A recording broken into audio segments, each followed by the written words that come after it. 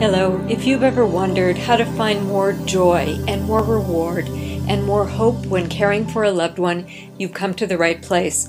My name is Dr. Vicki Rackner. I'm a former surgeon, founder of the Caregiver Club, and author of Caregiving Without Regrets. I help people build strong, healthy families, no matter what. Today, I'd like to offer you some ideas that have radically improved the quality of life of many families, including my own. You're going to learn about the 7 steps of the connection prescription.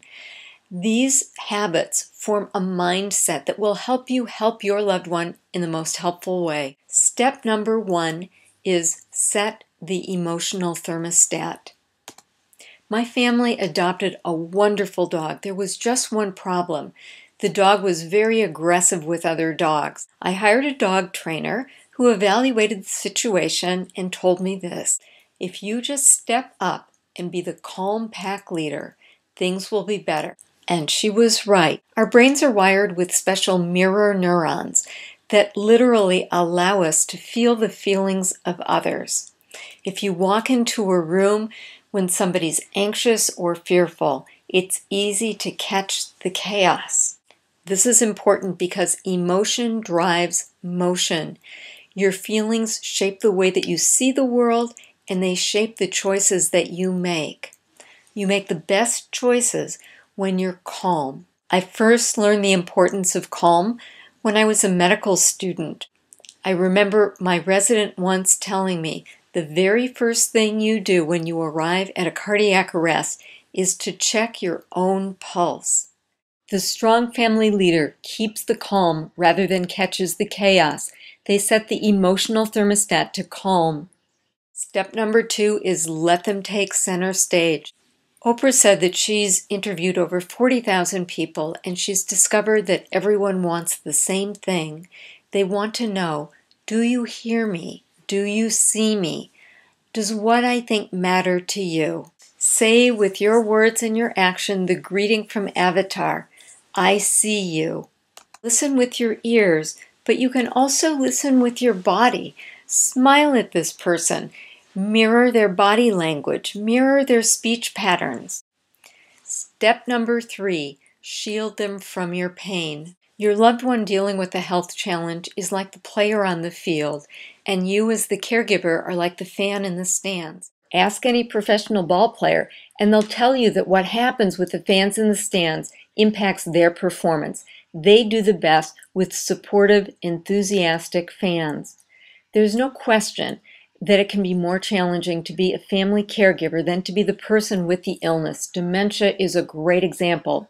However, if you find a way of dealing with your own response to the pain so that you can be an enthusiastic fan, the whole family is going to be better off. Next is access your wisdom.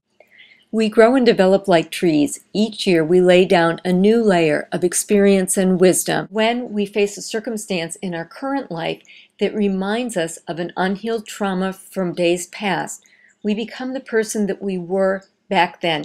Who didn't have a bad experience as a child at the doctor's office? That's why it's so very common for people to not be their highest, most wise self when they're dealing with medical problems. Old childhood traumas are triggered. Fortunately, once you recognize that you're dealing with the past rather than the present, you almost automatically revert to your outermost, wisest self. Next, master verbal persuasion. I once met the owner of an in-home care business. She describes herself as somebody who loves working with crotchety old ladies. I asked her, what do you do when you find somebody who's really grumpy? She said, oh, that's easy. I euthanize them. She said, I find the youth in their eyes. Our brains work best when we are filled with joy. Creative, empowered caregivers figure out how to add joy to the day. Bake some cookies, laugh, have fun. Next, know your limits. When my mother had gallbladder disease, she asked me to remove her gallbladder, and I had to say no. My mentor had told me, good surgeons know when to operate. Great surgeons know when not to operate. I knew my limits professionally. Most caregivers want to do an excellent job. They'd love to have superhuman powers to do this job perfectly. If you can be the kind of caregiver you want to be 51% of the time, love will take you to 100%. You don't have to be perfect. Just be perfectly you, doing your best. Last, know where you're heading. In the busyness of all of the caregiving tasks, it's easy to lose sight of the big picture. In the end, caregiving is an act of love. Gary Chapman defines 5 love languages, and here they are. There are first words of love. Second, there's touch, the person who loves to be hugged. Third, there are acts of service, which is great because caregiving is all about service. Fourth is quality time. It doesn't really matter what you're doing as long as you're doing it together. And the fifth is gifts. It doesn't have to be something expensive. It just says, with actions, I was thinking about you. There you have it, 7 steps that will help you make music with what remains. You've learned the connection prescription. Set the emotional thermostat. Keep the calm rather than catch the chaos. Let them take center stage. This is about their story. Shield them from your pain. You need comfort too later. Access your wisdom. Let the past serve the present. Master the fine art of verbal persuasion. Distract them into joy. Play it safe, know your limits, and know where you're heading. In the end, caregiving is an act of love. You've just been given a template for how to be a strong, effective family leader. You may be stepping into the family leadership role for the first time. In fact, you may be caring for the former family leader. You know that family leadership is fundamentally different than business leadership because families are deeply personal. We've barely scratched the surface.